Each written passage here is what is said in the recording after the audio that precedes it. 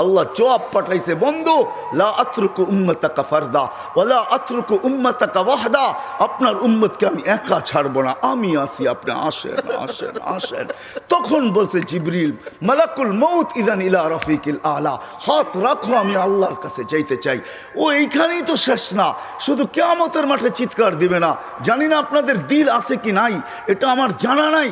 কবর থেকে যখন উঠবে, লম্বা হাদিস আমি টানতে চাইতেছি না, মালাকুল জিবরিল আমিন যখন পর মারবে, হুকুম হবে ইতি হাবিবি মাকাম আল মাহমুদ, আমার বন্ধুকে মাকামে মাহমুদে নিয়ে আসো জিবরিল।